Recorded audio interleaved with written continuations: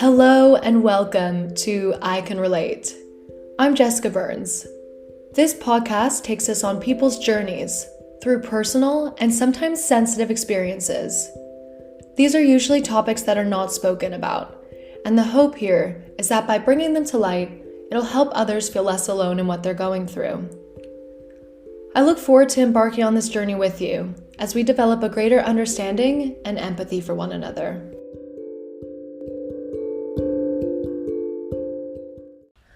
Oprah says, "When you align your personality with your purpose, no one can touch you." Today, I sit down with Allison, a life coach who helps people break internal barriers to reach their limits and potential. Allison recently changed her career from being an office manager at a dental practice to being a life coach, and she wishes she did it sooner. So she's out there helping others take that leap of faith. I hope you enjoy this episode. Hello, how are you doing? I'm so good. How are you? I'm good, thank you. Thanks so much for joining me today. I'm very excited to be here. I love what you're doing. So, Allison, if you don't mind sharing with us, why did you become a life coach? I grew up in the dental field, actually. So I started in the dental industry when I was 18, and I moved to Bermuda by myself when I was 19 to take a job because I wanted to explore and, have a new adventure. And it was an incredible career. I learned so much. And at one point in my life, I just started to realize that I didn't want to live my life according to what an organization or a company wanted me to live by. So, for example, my family was in Canada and I lived in Bermuda, and I only had a certain amount of weeks a year to go and see them. And it just started to not make sense to me. I was like, I really want the flexibility, the options, the ability to go and spend more time with my family. And you know what I would really love is to have a job that I could work from anywhere, because I'm a big traveler. I love to explore. And I was just really craving that sense of freedom. And so at the time in my practice, I was promoted to being the manager, and the company had hired a dental coach for me. And she was incredible, asked me powerful questions. And I really felt like I grew 5 years in the 1 year that I was working with her.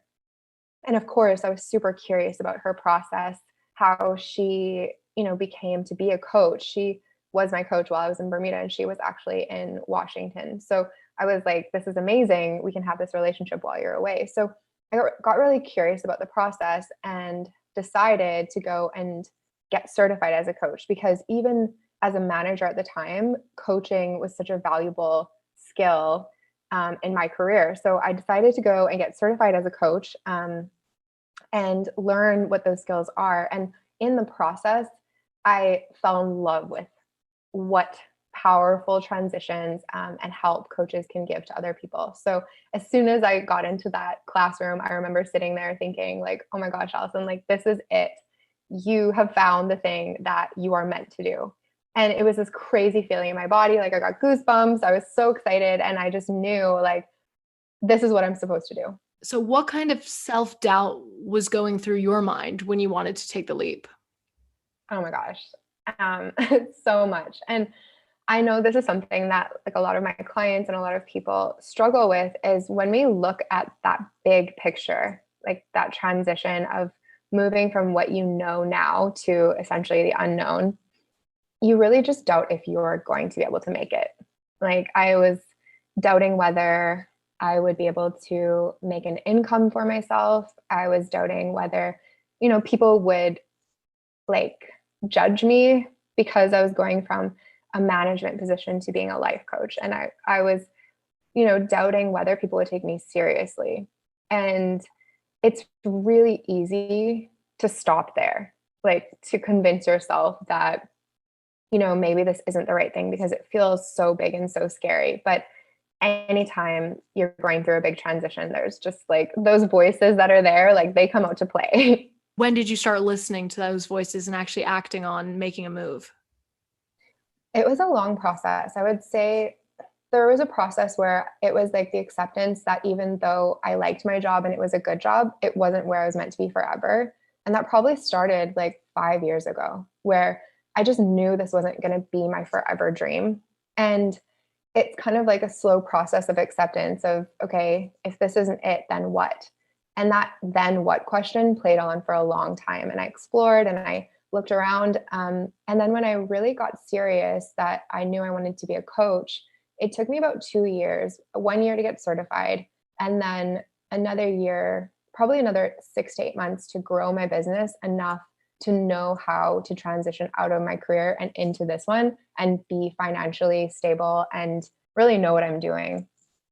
Do you have any regrets for not doing it sooner? Yeah, I think so. I think even more than that, I would have passed on like the knowledge that like I'm going to be okay. Like we go through transition and we go through like self-judgment, we go through, periods of anxiety, and it would be great to know when you're going through those transitions that you're going to be okay. Like if your future self could come back and be like, no, trust me, like it's going to be totally fine. And then you can enjoy the process of the transition even more. It's easier to do when you're younger because you just feel like you have more time. So I think a lot of Mhm. people watch the clock. They're like, okay, there's only so much longer I can do this until maybe I can't transition. So how do you Yes. help your clients with that time bomb? Yeah, that's such a good point, and I agree with you. I would say like one of the biggest reasons why people have anxiety is because they're thinking about that time bomb. And when we allow our transition to take the amount of time that it needs to take, that's when you really like learn about yourself. You do it authentically. Anytime that we are making a transition because we feel like there's a pressure on us or society tells us that this is where we should be, we're not making the transition with like the best foot forward, with our best self forward. We're doing it from a space of fear. And so for anybody that's really like in their job right now and they're thinking like, I just don't know if this is like where I'm meant to be, or I'm not sure what's next for me, I would just get really curious. Like allow yourself to explore and allow yourself to like take steps every day to learn about yourself and to learn about like what would be ideal for you. Um, and allow yourself to not have that really strict like time pressure, because it will just cause so much more anxiety than it needs to. And I think on top of the time pressure, so my one friend, she said, one fear I've really gotten over was these imaginary future children. And I was like, what are you talking Mhm. about? She was like, I am lining myself up for all these like jobs that pay really well for the prospect of like being able to support a family I don't even have yet. She was like, when I finally was like, I need to get a job for me. I don't even have these children yet. I don't even have a partner yet. Um, that's when she said she released herself. She was like, what do Mhm. I want to do? Rather than thinking, what can I do that's going to support a potential family down the line? Yes. Oh my gosh, I love that. I can imagine a lot of people are building their life based on like, their future potential family for sure. What are other common reasons people seek out your help? Any transition. So if somebody wants to change jobs, if they want to change countries, relationships, industries, they come to me to help them get through that transition. And it really is about the accountability. It's about finding out what is blocking them from moving forward. It's uncovering all of the internal limiting beliefs, assumptions, um, battling that like gremlin in our own mind.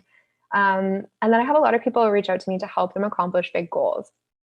So like I said with my coach, I felt like I grew 5 years in one working with her. That's what I try to do for my clients is help them grow like as quickly as they want to with the support that they need, and kind of like holding that mirror up to them so that they can see themselves from an objective perspective and grow faster. And then I have a lot of kind of high performers already, like dentists, doctors, lawyers who are under a lot of pressure with their jobs. And I help them kind of create that space to improve their performance, maintain their performance, get really intentional, and kind of create the life that they want while they feel like they're on the hamster wheel. I help a lot of my clients start businesses or find clarity in their life. Just if they don't know who they are, where they want to be, coaching is a really, really good tool and process to help people really find out who they are. If someone knows what they are doing isn't right, but they don't know what they want to do, what Mhm. advice do you give to them? Where do they start? Yeah, I start right at the base of like who they are. So we talk about their values. Like, let's look at you as an individual and tell me, like, what are the most important things to you without any pressure, without any judgment? Like, what are the most important things to you?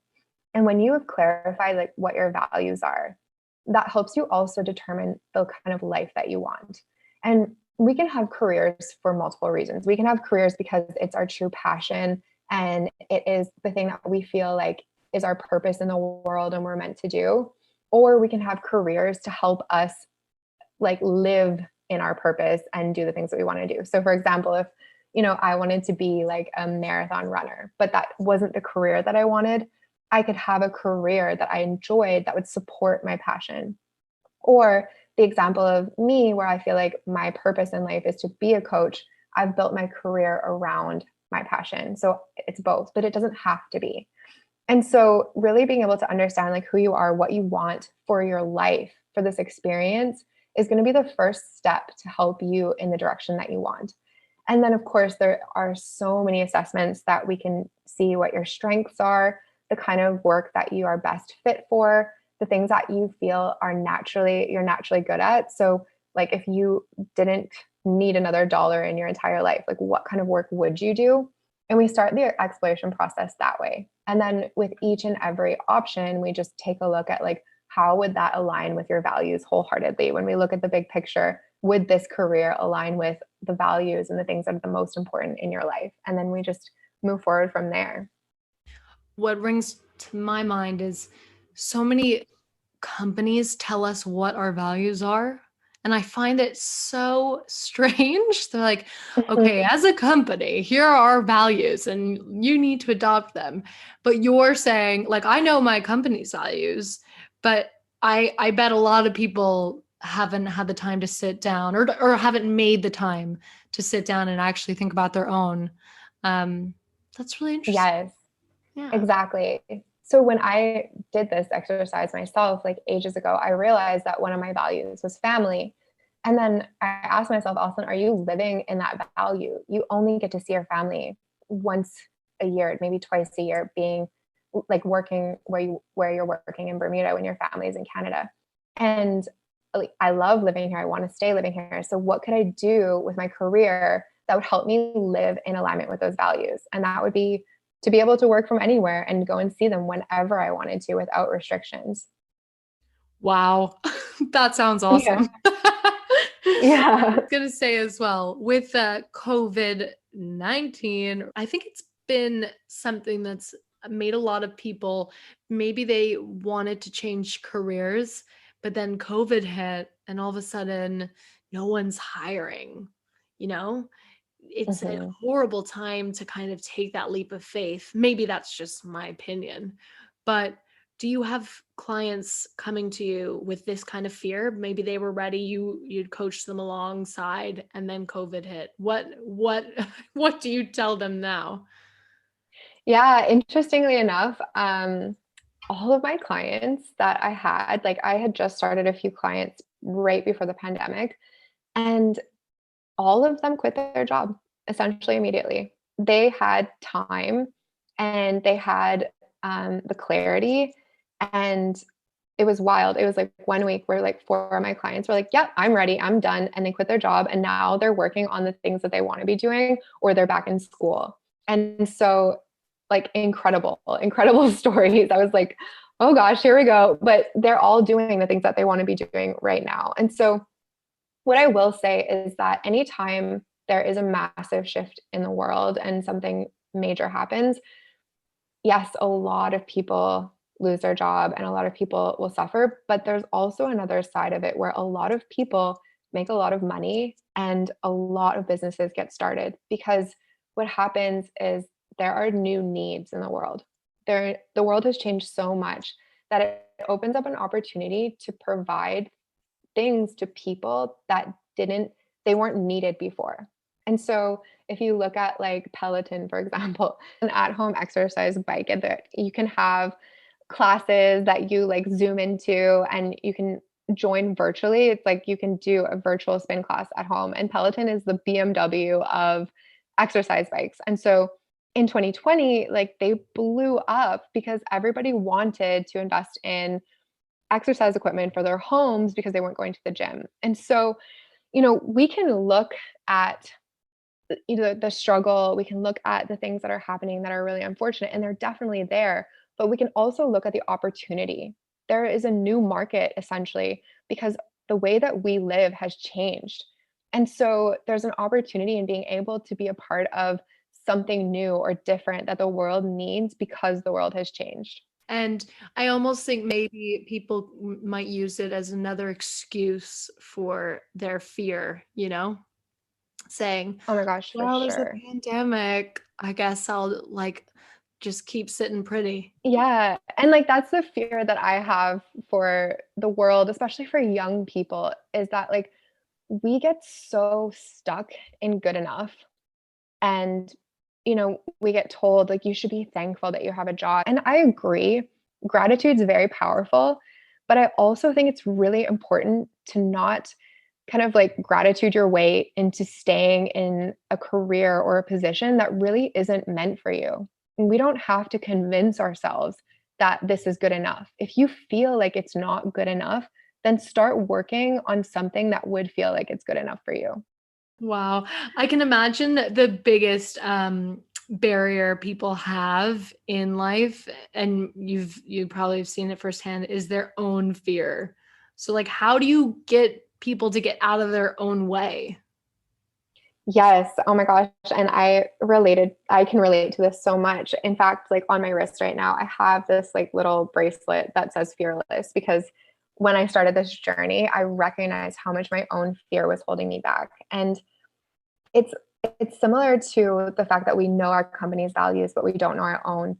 It's like society or the world or everyone else has a louder voice than our own internal voice that believes in ourselves or knows what we want. And so when we can kind of get clear on what we want as a person and have that confidence that what we want is acceptable, it's okay, it's possible, I would say that's the first step to being able to acknowledge that your fear isn't you.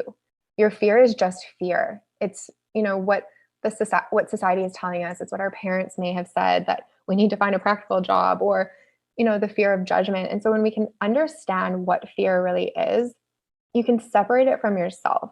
So I help my clients be able to see like when they're afraid, you kind of put that fear in a box. You say to yourself, like, oh, that's just fear. That fear is coming up. And it's understandable because I'm moving out of my comfort zone. But really, just separating that fear and that fear based thinking from yourself is one of the most important things.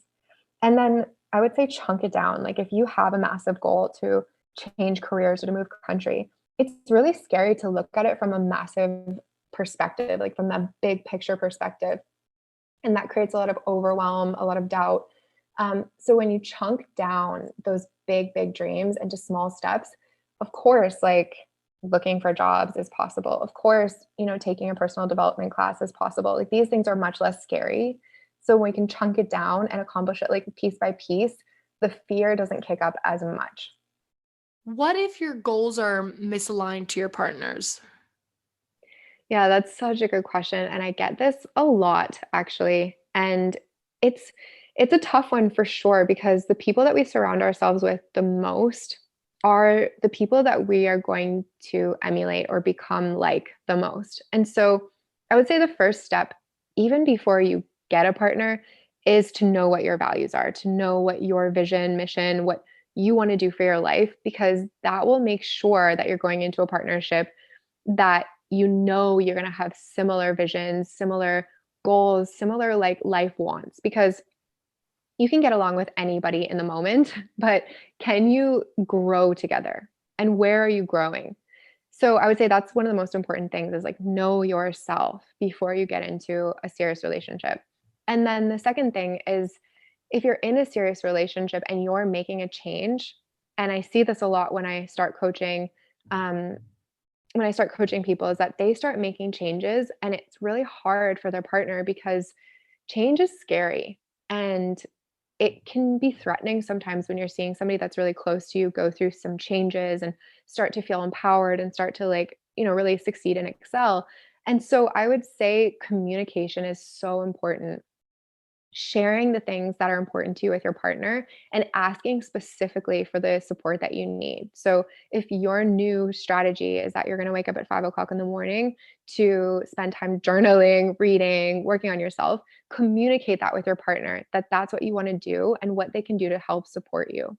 Because if you're growing on your own and you're changing, it can be really scary for your partner. The other thing is like, don't force your goals and dreams on your partner. Express how important it is to you and where you want to go, and allow them to make the decision to kind of go with you and partner with you or not. And the or not part seems really terrifying, but it's probably the best thing that could ever happen is that you start learning the person that you want to be and move in that direction. And the person that you're with recognizes that that's not who they want to be with, or that's not the dream that they have for themselves.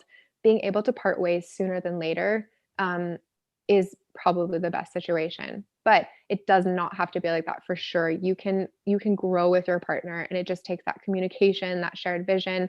And so with my coaching clients, we'll usually get to a certain point, and then the wife will be like, "Can I bring my husband into a session so that we can kind of like strategize together?" And that's so powerful. So doing shared coaching sessions with your partner to get clear and have that person be able to mediate and moderate a really powerful discussion. Yeah, and I think I saw on your socials that you sit down with your partner once a week on like a Sunday and like plan out your like goals together. Is that correct? Yeah. Yeah. So we have like a weekly like review session where we go through different topics like our businesses or our careers, our personal health, our fun, our our house that we've been renovating for a while. And we just ask each other like what are each other's goals in these 5 categories or these 7 categories. And then from there, we know what that person has going on this week, how we can support them. We can also like encourage each other and help hold each other accountable. And it's something that is really, really powerful. And just it allows you, even when you're really busy or moving in different directions, to stay in the loop of what's happening in each other's lives so you can support each other and celebrate each other while you're going through it. Yeah, I like that. Do you ever have to tell people maybe the grass isn't always greener, or is you're not here to squash dreams? I mean, I guess I would say to people is just to like plan it out, like reverse engineer this. Like, how much do you want to make a year? Okay, great. What do you want to be doing with your life? And if they're like, oh, I want to like surf and I want to make $100,000 a year, I would just ask them, how are we going to make that happen? Like, what's the strategy? Let's like play with the numbers. Like, let's make this realistic and possible. And through like that kind of like questioning process, people just genuinely realize on their own. And from a coaching perspective, like one of the most important things is that I have non-judgment in what people want to talk about, want to work through. And so I have to make sure I'm not like, okay, that's just ridiculous, and be supportive Yeah. and really help them like recognize it on their own. And I'm definitely not the type of person to be like, you can do everything you want and just like, quit your job and like go and, explore the world and you'll figure it out. Like, I'm very much a person that's like, let's create a strategy. Let's step by step get there. Let's make it happen. Let's make sure this is realistic because I believe that's how you create what you want in your future. Like that you said you start with, okay, how much money do you want to make a year? Do you start that way with everyone?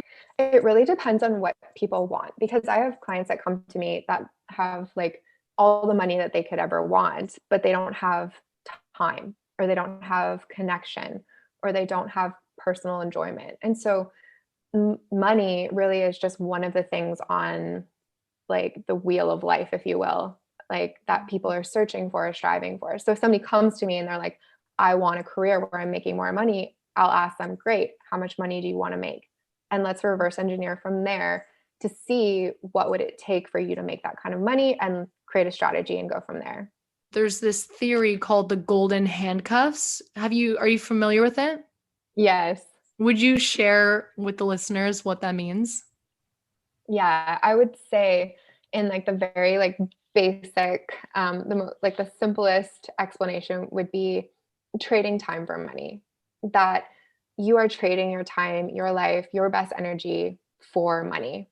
And I have a really like interesting example of this. One of the women that was in my coaching certification with me, she had worked her way up in this company, and she was the vice president. And her company had offered her, if she stayed until she was 60, so she was 55, if she stayed until she was 60, they would give her $1 million as her like departing gift. What? And yeah, yeah. So it was so interesting because at the beginning of our certification, she's like, oh, of course, I'm going to spend the next 5 years at this company, even though I have no life. I'm miserable. I'm so exhausted. I never see my husband. We don't do any of the things that we want to do, but it's $1 million. So I have to. And everyone's like, yeah, of course. Like, makes total sense. 5 years, $1 million. And by the end of our certification, by the end of the year, she resigned because God. she was like, yeah, she was like, I get goosebumps telling the story. She was like, no, my time is worth so much more than that money. Yeah. My next 5 years of my life, I want to travel the world. I want to work in a career that I actually love. I am so burnt out. I'm so exhausted. But she said, like, the company offered her the ultimate golden handcuffs. And she turned them down because she said, I could, I'm 55. There's nothing guaranteed for me. I could live till I'm 100. I could live until I'm 56. So I'm going to take my time back and I'm going to live my life the way that I want to live it. And I'm going to turn down this money. Wow. What other aspects of her life do you think improved with that? Oh my gosh, her stress management. Like, she literally was working like 15 hours a day. She said she had no life. She never saw her husband. They had this plan to like ride motorcycles through the United States and travel and see everything. And she hadn't traveled. She'd spent her whole life in this one company, working her way all the way up. And she ultimately was the true success. She made it to the top, but she said she's never been more unhappy in her entire life. Wow.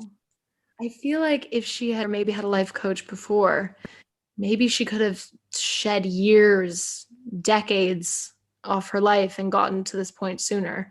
Do you think everyone should consult a life coach at some point, maybe proactively rather than reactively? Oh my gosh, yes. I will always have a coach forever and ever because it just helps you do the things that you want, become the person that you want, make the choices that you want for your best life. Like, when we don't make decisions for us and when we don't get clear about what we want for our experience in this world, we're going to get roped into what everybody else wants for us and what society or the world just presents to us. People can spend their entire life following, in air quotes, a good opportunity. But how do you know it's a good opportunity if you haven't spent the time to get clear on who you are? What is going to be the most incredible and important experience for your life, like for your entire life? Um, and if you don't see what's really important to you. And so, even if you had one session with a coach, or if you decided to do like 3 months or 6 months or a year, spending that time getting to know who you are, what you want, where you want to go, and what's important to you will completely change the course of your life. And so then you can start living a life that's meaningful to you and not what everybody else feels is meaningful and not what society feels is meaningful. Like, you get to essentially create the life that you want to be living. And I think that's where so many people are so skeptical. Like they say, can life really be that great? Right now it's good enough. I Mhm. can't really complain. Or maybe, how can I move? I've got a mortgage, I've got kids. There are barriers to the things that we want that are real, and that are like what I would call like an outer barrier. But most of the time, the things that are stopping us from doing the things that we want, or even like living a life that's more joyful, is our internal barriers. It's our assumptions that things aren't going to change. It's our limited beliefs that we aren't capable of doing things. And it's kind of a lack of seeing the big picture. And so, what I like to say to people is like, if we could imagine you at the end of your life, whenever that is, it's the last day that you're on this world, like tomorrow is, you're gone. What would you say looking back on your life if nothing changed from right now? What would you regret? What would you feel like you missed out on? What would you feel really sad about that you didn't do? And from that perspective, like when we can imagine looking back on our life, like in hindsight, then you can see the things that might be important to you to change right now. And so you could have a good enough life, but if you don't make it to tomorrow, what are the things that you're going to regret not doing or not becoming or not trying or not exploring? Allow yourself to kind of create that sense of urgency for yourself. Like, we really don't have anything that's guaranteed in our life except for right now. And if you're operating in a way that you're living like your potential and the person that like you want to be, you're not going to leave this earth with regrets, because you know that you're like stepping forward into the person that you want to be and the places that you want to go. I think we'll end it there. Allison, thank you so much for coming on. It's been so nice. Thank you so much for having me. Bye.